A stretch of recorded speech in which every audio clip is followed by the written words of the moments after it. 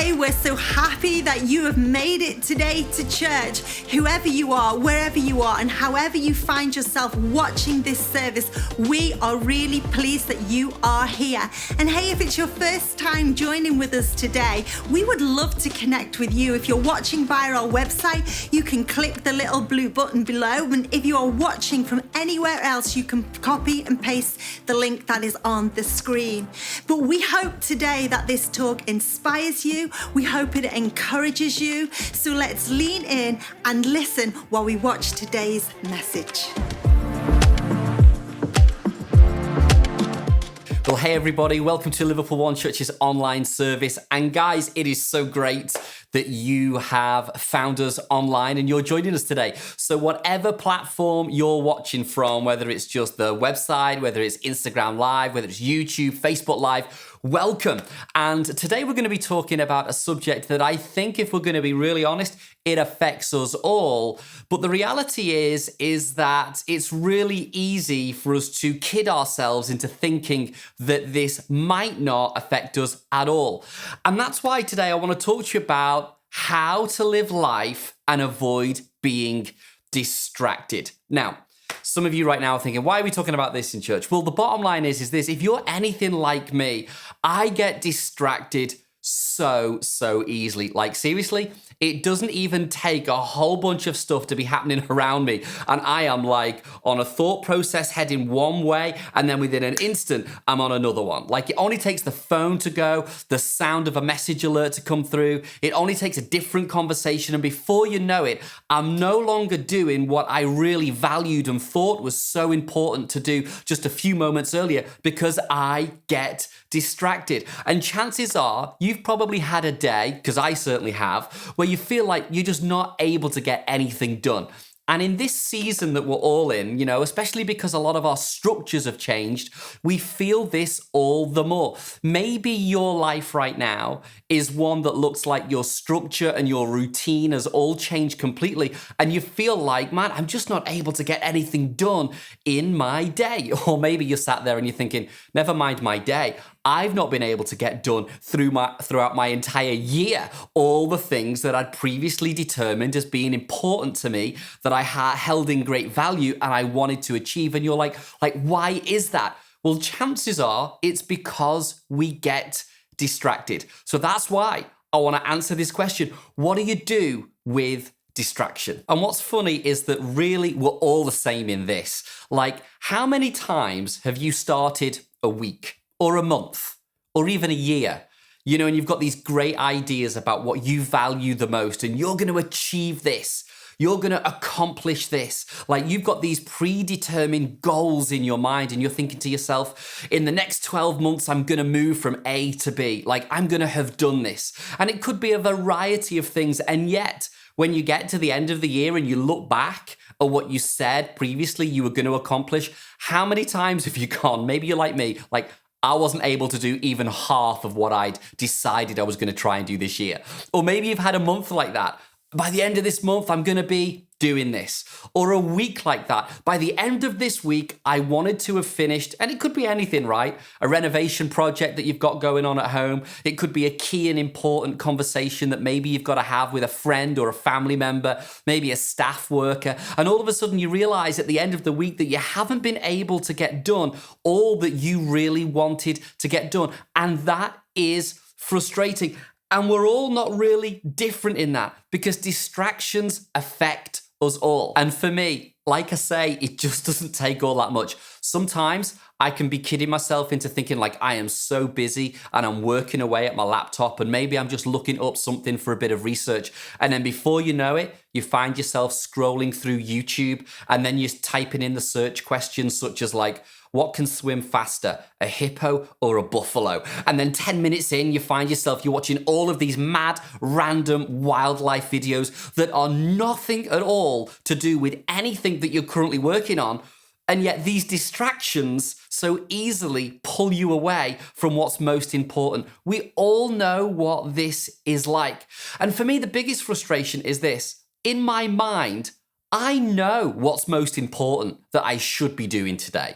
In my head, I know what's most important that I should be dealing with and working with this week and this month and accomplishing this year. And yet often it's so frustrating when we're not able to do the things that we know are so important because we just get pulled off onto different things that often are dressed up like they're really urgent and yet they're not important. And yet we deal with what's urgent over what's important because it's just a distraction. And it frustrates me. And it frustrates you. And it feels like you can get nothing done. So what are we going to do about this? I mean, how many times have you taken a look at your family's finances at the beginning of the year? And maybe you've made this decision that by the end of the year or the end of 2 years or 6 months, you are going to get yourselves out of debt because you know that that's important. Like the credit card debts have just been stacked up, the car loan's been unpaid and it's stacking higher and higher and you're paying these interest repayments and then you've took a loan because you've used PayPal to buy the thing and before you know it, and it happens to many people in many very different sets of circumstances, but before you know it, you've accumulated all of this debt and you inherently know that debt's bad. So you make a decision, right? I'm going to deal with my debt this year. But what do? You know that it's important, especially on day one, or maybe week one, or maybe even month one. But then month two comes around, and before you know it, even though you've decided with your wife that we're not going to be spending anything excessively right now, we're going to cut back on everything, we're going to attack our debt, we're going to deal with our debt, because you know that's important for you. Because if you can do that for just 1 year, or 2 years, or 6 months, or however long it would take you, you know that it's going to secure your family's future. And that's important to you. And before long, it's like it's someone's birthday and the invitation arrives and they're going out to town and they're going out for a meal and then they're going to go on to a show or whatever it might be. And you feel like, well, we've got to go and do the thing with them. It's their birthday. Like, we can't miss out on that. I mean, it would be wrong if we missed out on that. And all of a sudden, you find that these distractions start to redirect you on the course that you'd previously set about on. I mean, before you were so adamant you were going to use every spare penny to tackle and deal with your debt. But now the birthday invitation has come along and now somebody else is asking you to go shopping and now somebody else is asking you to come away on holiday. Before you know it, you get distracted and you're not doing what was most important to you. And even though you know it's so important, because of all of these requests that you get inundated by, you find yourself just going off piste. And now you're no longer doing what you valued the most. Why? Because you got distracted. Exactly the same thing can happen in your career. It's like you can determine that in order for you to progress in your career, you've just got to finish that degree. You've got to finish that course. You've got to take that test, or you've got to finish that night school thing that you've had going on. And you know it's important because you know if you just introduce that into your life, it's going to so be helpful for your career's progression. You know that this is something that can add so much value to your work life. And yet, what you find is the distractions of life come along, and before you know it, you're nowhere near finishing that degree, you're nowhere near finishing that course. And even though it's important to you and you value it, it's like you're just not able to get the one thing that you value the most done because you just get distracted. Or relationally, it can be the same for us all too. Sometimes there can be like people in your world, maybe a family member, maybe a loved one, and relationally things just get stretched and strained, like things get a bit broke. And the more that relational gap exists between you and them, you know that this is really important for you to put it right. Like, you know that this should be the one thing that you've got to deal with in this season. You know that you've got to engage in that awkward conversation. Maybe say sorry. Maybe be willing to accept a sorry. You know that this is high up on your priority list and you want to get this sorted. You want it to be right. You know, maybe a parent, you want to get it right with your son or your daughter. Maybe you're the son or the daughter and you want to get it right with your parents. And you know that you've got to sort it out. And yet just the distractions of life come, and before you know it, one day turns into 2 weeks, and 2 weeks turns into 2 months, and then 2 months, before you know it, like a vast amount of time has gone by, and you've never been able to put that thing right. Why? Because you just get distracted, and you know it's important, but often things that are urgent shout your name the loudest. So So you end up forgetting about the things that you've already decided are most important to you. And before long, you've not been able to accomplish your goals. You've not been able to achieve your dreams. You've not been able to do the things that, if you were honest with yourself just a short time ago, you really wanted to get done. Like you had an idea of, in this season, I want to do this one thing, and you've not been able to do it. And I want you to know that that's not a new problem. In fact, when you study history, all of mankind have dealt with these problems of continued distractions. But I want you to be encouraged to know that there is a way out. In fact, we're going to go to a story in the Old Testament and look at a guy who's called Nehemiah and see how he dealt with dealing with distractions when he had one thing, just one thing that he knew he had to accomplish in this particular season. So Nehemiah is this incredible individual. In fact, he's one of the most well-respected leaders throughout the entire Bible. I mean, the story of his life and what he was able to accomplish is incredible. He was alive about 450 years BC, and he was the cupbearer for a king called Artaxerxes. And he knew of the context of the nation of Israel's history was really difficult at that time. In fact, their main capital city, Jerusalem, had been brought to wreck and ruin. I mean, people had been dispersed all over the region and taken as slaves. And in Nehemiah chapter 1, there's a conversation that takes place where he starts to ask about like, hey, how are my people doing? Like, I'm over here serving in a different kingdom right now, but how are the people in Jerusalem doing? And he asks this question. He says this. He asks about like, how's everybody doing? And he receives this response. Those that survive the exile are back in the province and they're in great trouble and disgrace. The wall of Jerusalem is broken down and its gates have been burned with fire. So now the context of Nehemiah is he's being made aware of a huge issue amongst his people. It would be kind of like you saying, hey, like, maybe how are the English doing these days? And then someone saying like, they're not in a great place. Like the walls of their city are in wreck and ruins. And that was a huge problem because if you were going to have a city that didn't have fortified walls, it just was like a disaster for your trade, for your economy. It meant that you were continuously open for attack. It was not a good place to be in. And this massively affected Nehemiah. He felt like, I've got to do something about this. You could almost say it like it became his one thing. Like in this season, he was thinking, someone's got to change something here. Something's got to be done. And the story goes on where he ends up asking King Artaxerxes, and he says this, if it pleases the king, if your servant has found favor in his sight, let him send me to the city in Judah where my ancestors are buried so that I can rebuild it. Again, he's like feeling super passionately about this. He knows the walls of the city are in ruin. He knows that the city is in disgrace and it's problematic for his people. He feels the weight. So he turns around and he has this conversation with a bunch of people having been released by King Artaxerxes to go and rebuild the walls, where he says, come, let us rebuild the wall of Jerusalem and we will no longer be in disgrace. In other words, what he's experiencing in this story is the same thing that we experience in our lives. He's saying, in this season, like, I've just got to do this.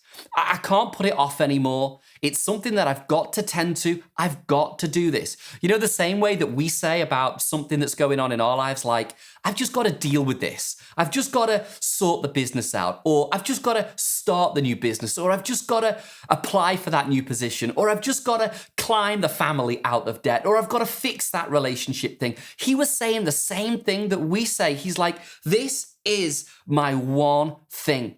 So he sets about and he gathers up all of these incredible people and he gave them responsibility for fixing the walls that surrounded the city of Jerusalem. And he was so smart, he put a bunch of people to work with a tool in one hand to do the laborious work of rebuilding the walls. And then he gave them a weapon in the other hand in case they were going to be attacked. And he gave everybody responsibility to take care of the wall that was closest to the area where they were residing. I mean, this guy is a genius. But you've got to know this. As soon as he started to set about completing his one thing that he knew he had to do, guess what? Like you and I experience, distractions came his way. His distraction came in the form of 3 people. They were called Sanballat, Tobiah, and Geshem. And they didn't like the fact that Nehemiah was making moves to rebuild the city. You know the way some people don't like the fact if you're making moves to rebuild your life and rebuild your career and get strong financially, because if you're getting strong financially and they're not, it makes them feel bad about the fact that they're not dealing with their stuff and you are. And some people don't always like the fact that you're making moves to kind of progress yourself and build a better life. Nehemiah was experiencing the same thing. So now they set about to distract him. They were not happy with Nehemiah at all. And in fact, in chapter 4, it talks about how Sanballat, Geshem, and Tobiah, they all mocked the work of Nehemiah. They were like, what are you doing that for? Are you serious? I think that we know what that's like at times too, because some people will mock you when you put a line in the sand and say, you know what, as for me and my household, we're not going to live that way anymore. We're going to make changes. I'm going to get on a different career plan. Some people will mock you. They'll say you can't do that. Hey, you're not smart enough to do that. Look, he can do that, but you probably never will. Well, now Nehemiah is experiencing the same thing. And what you find is in chapter 6, the whole thing starts to come to an end, where the word says this: when word came to Sanballat, Tobiah, and Geshem the Arab, and the rest of our enemies, that I had rebuilt the wall and not a gap was left in it, though up to that time I had not set the doors in the gates, Sanballat and Geshem sent me this message. Here comes the distraction, okay? You ready for this? Because we get affected by this in exactly the same way. He says this: Sanballat and Geshem sent this message to me. Come, let us meet together in one of the villages called Ono. Now, let me just tell you, right? If you're ever asked to go and meet somebody in a place, a town or a village that's called Ono, nothing good is ever coming out of a place called Ono. Now, the bottom line is Nehemiah knew what Sanballat and his plans and all his cronies were up to. He knew that they were despising the one thing that he'd set his mind to. But Nehemiah's response to these 3 individuals that were continuously saying to him, hey, Nehemiah, why don't you come and meet us? You can tell us about what you're doing. Hey, Nehemiah, why don't we come and do dinner together? Why don't you come down? And why don't you have coffee with us? You can tell us all about the work, Hey, why don't you come and meet with us? Why don't you spend time with us? Nehemiah's response was brilliant. And honestly, there is so much that we can learn from this story, that if we were to apply the same approach that Nehemiah applied when he was dealing with the distractions that came into his life, if we did the same thing, we would not live life anywhere near as distracted as we often end up doing. In other words, you'd probably end up finishing that project. You'd probably end up completing those goals. You'd probably end up attaining your dreams and your desires, the things that you think of in secret that you'd love to one day do but feel like you never can. You'd probably be able to accomplish all of those things if we would just learn the same response that Nehemiah had when he sent reply and word to these 3 that were continually distracting him. And this is just brilliant. This is what it says.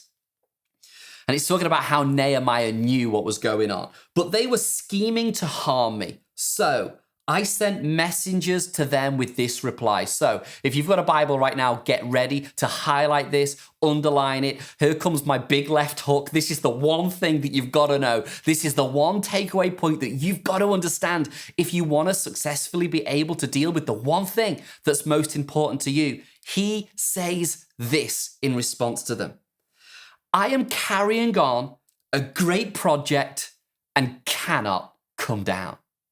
I'm carrying on a great project and cannot come down. Why should the work stop while I leave it to go down to you? 4 times they sent me the same message, and each time I gave them the same answer. I mean, just think about this for a moment. His response was brilliant. And we know it was brilliant because Nehemiah was able to accomplish the dreams that were in his heart, and in record time.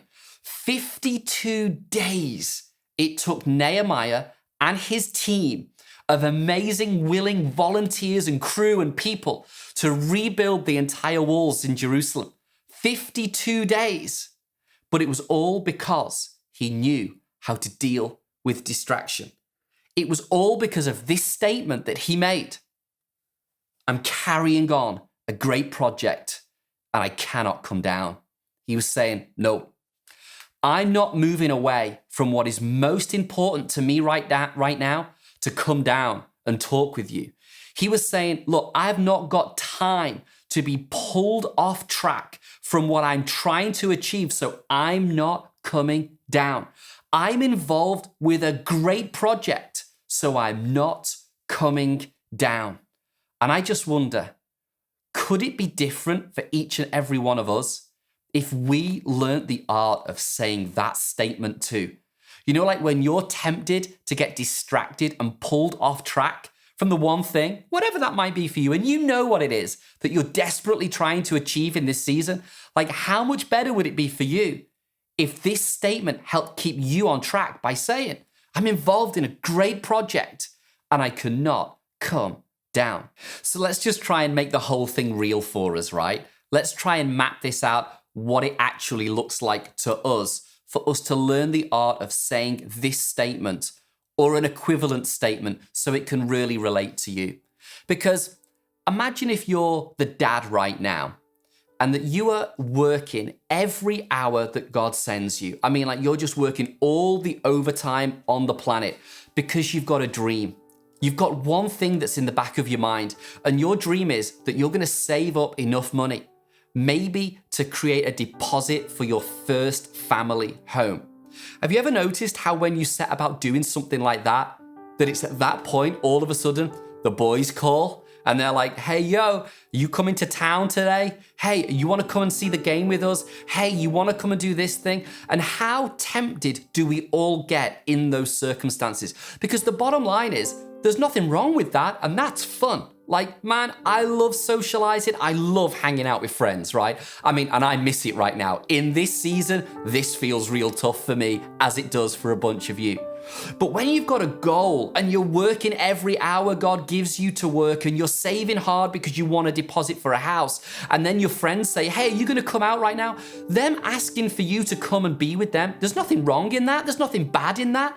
It's just not what's most important for you in that season. Because what's most important is that dream and that desire that you save up a deposit for your first family home. So what do when the boys ring and they say, hey, you coming out? You come in the game? You come in this? You say, no, the thing is I'm involved in a great project right now and I cannot come down. I mean, maybe you wouldn't word it like that, but that's exactly how we've got to start to think. I would be thinking like, I'm involved in a great thing. I'm saving up for my first family home. So it's not that I don't want to do that. It's just that is not more important to me than this. And because that's the most important thing and the goal that I'm trying to achieve, I'm not going to be distracted by that. It's not that I wouldn't want to. I would love to. That would be so much fun. But this is more important for me right now. Or maybe you're the single mom. Like, you know, and it's tough, isn't it, right? Being a parent is real hard, especially if you're the single parent and all of your time and your energy goes into just loving on your child. And then often what happens is you see a bunch of your other single friends and they're all like out doing fun stuff, going on tours, going on holiday, going on trips, going into town. And they're like, hey, why don't you come out? Why don't you come out? And it's not that you don't want to go and do that, because that would be super fun for you. But there's something that's niggling away at the inside of you that says, the best thing that you can do in this season of your life is invest all that you have into building that relationship with your toddler or your young school-aged child, because that's time that you're never going to get back. And it's not that you wouldn't want to do some of that stuff. That would be fun, right? But it's just that you value the time that you spend with your son or your daughter more. So what do? You learn the art of saying, I'm involved in a great project over here and I can't come down. In other words, I'm involved in looking after and caring for my son and my daughter, so I'm not coming out. It's not something that I'm willing to do right now. Or relationally, this can happen, right, when there's a breakdown. Maybe you're thinking to yourself, well, I should really put some energy, some effort, some resource into my loved ones right now, and things just feel a little bit disjointed, a bit broken. But the truth is, it's just easier to be overtaken by the distractions that come to all of our lives so that you never get round to fixing the problems that exist in the relationship. When really what you need to start doing is whatever the pulls on your time and your energy are, is you've got to say to them, no, hang on a minute. I'm involved in a great project that is called my husband, my wife, my marriage, and I've got to fix that now. Or I've got to fix the issue that's going on with my son right now, or my daughter right now. Or maybe you're the child. I've got to fix whatever's gone wrong with my parents, and I'm not going to be willing to move from doing that, even though that sounds like fun, but this is most important to me. We do it as well in many areas. We could talk about debt. And this is an issue that affects many people, but it's like when you're in a season of life that you've just predetermined in your heart that you're going to clear your debt. You know what that means? Like you become consumed with this one goal of living financially free. So what it means is that when people are saying, hey, why don't you bring your family and come on holiday with our family? You don't go, yeah, let's do that and rack it up on the credit card. I mean, sure, that'd be fun. But if you're going on holiday for 2 weeks, it's going to be fun for like 3 days, because by day 4 comes around, you're then going to feel the weight, the guilt, the burden, and the shame of just running the family into more debt that when you get home, you've got to fix out an even bigger mess. So learn the art of saying, no, I'm not going to go and do that. I'm not going to take a holiday when I can't afford it because I'm paying off my car. I'm not going to buy clothes and have this outrageous spending thing going on because I'm clearing this loan that I've took out right now. I'm not going to be investing in this. I'm not going to be spending on that because right now I am clearing and bringing all the balances of my credit cards down to zero. And it's not that that stuff isn't fun. It's just that you're able to align your thinking with not what's shouting at you the most, but rather what's most important. And we've got to do that sometimes. We've got to learn the art of not sacrificing what is most important to us by only focusing on what we want now. And I think that that's what Nehemiah did too. He said, this is so important to me to rebuild these walls. I'm not going to be pulled to the left or to the right. Like, I'm not budging. I am not moving. There's a line in the sand, and I am not going to be pulled left or right and stop doing this great work. We've got to do the same thing too. Like, can you just imagine for a moment, how much more would you get done in that one area of your life that you are fixated on just resolving? How much more would you get done if you were to apply that mentality of saying, look, I know I could do all of these other things, but I'm not going to because I'm going to deal with this one thing. Like, how much different would the end of this year look like? Or the end of this COVID season that we're in right now? What would that look like if you just spent the next X number of weeks and months just dealing with one thing that you know you've got to take care of? Because my heart as a pastor for every single one of you is this, that you live a strong and healthy life. And I genuinely believe that contained through all of Scripture, there are secrets that are hidden in there that enable us to do it. And that's what I want for you. I don't want you to live life getting tired and frustrated of not being able to accomplish your goals and achieve your dreams and look after the one main thing that you know is so important for you to do, because you keep on getting pulled over here and distracted by that guy and distracted by this. Sometimes you've got to be able to learn the art of understanding what is most important to you in the long term, and don't sacrifice that for what you want now. Because the truth is, there are many things that you could do. There are many things that perhaps some would say you should do. But honestly, what's the one thing that you know in this next season you've just got to do?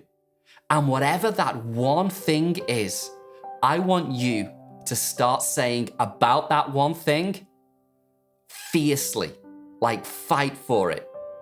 I'm involved in a great project and I am not coming down.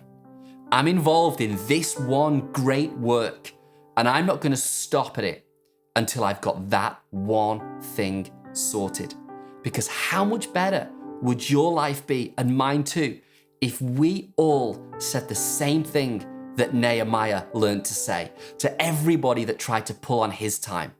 I'm involved in a great project and I am not coming down.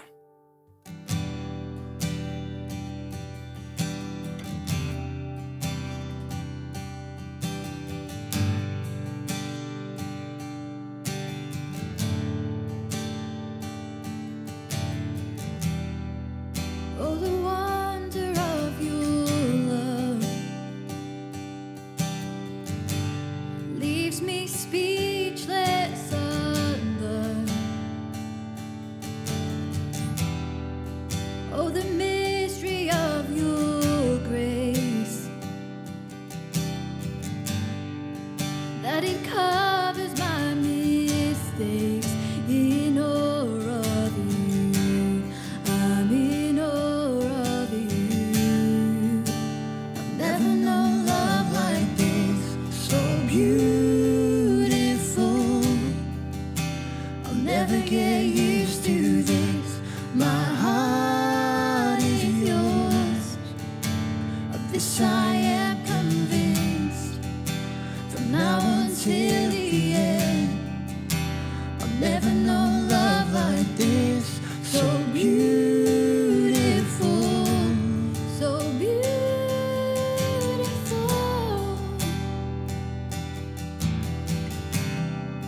so beautiful.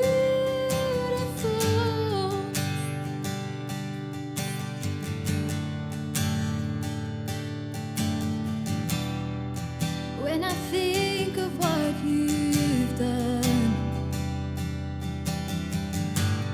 every sin you've overcome, that you would do it all again. I will never comprehend.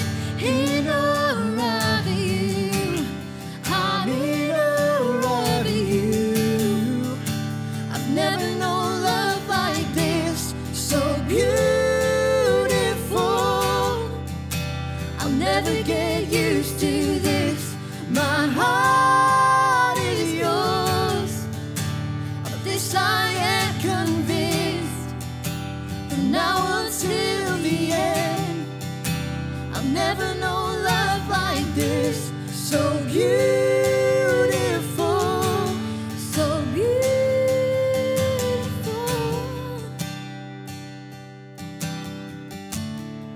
so beautiful.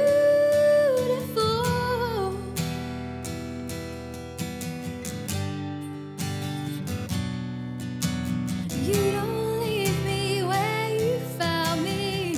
You pull me up out of the mess. You don't leave me broken hearted. You never break your promises. You keep giving second chances, far above what I deserve. You keep telling me I'm worth it, not a love I have to earn. You don't leave me where you found me. You pull me up out of the mess. You don't leave me broken hearted. You never break your promises. You keep giving second chances, far above what I deserve. You keep telling me I'm worth it, not a love I have to earn. I've never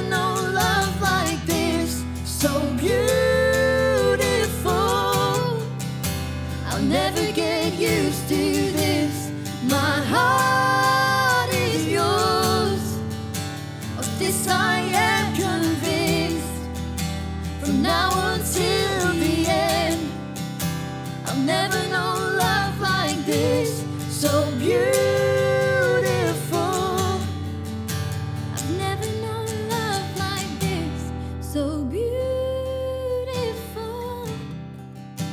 I'll never get used to this. My heart is yours. Of this I am convinced. From now until the end, I'll never know love like this. So beautiful.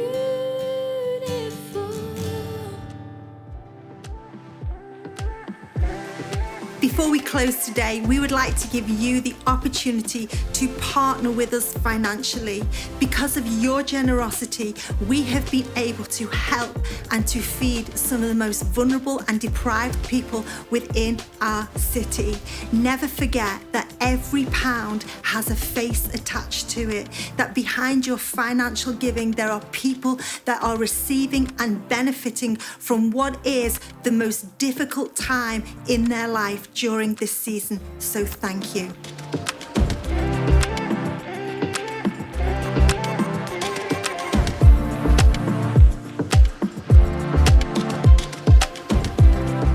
We're so glad that you were able to join with us today. I hope that you got some great application out of that word, and stay connected with us. Stay connected with us through all our social media platforms. And if you are new today, don't forget to click on that blue link down below, or if you're watching from anywhere else other than our website, you can copy and paste the link that's on your screen. We'll see you same time next week.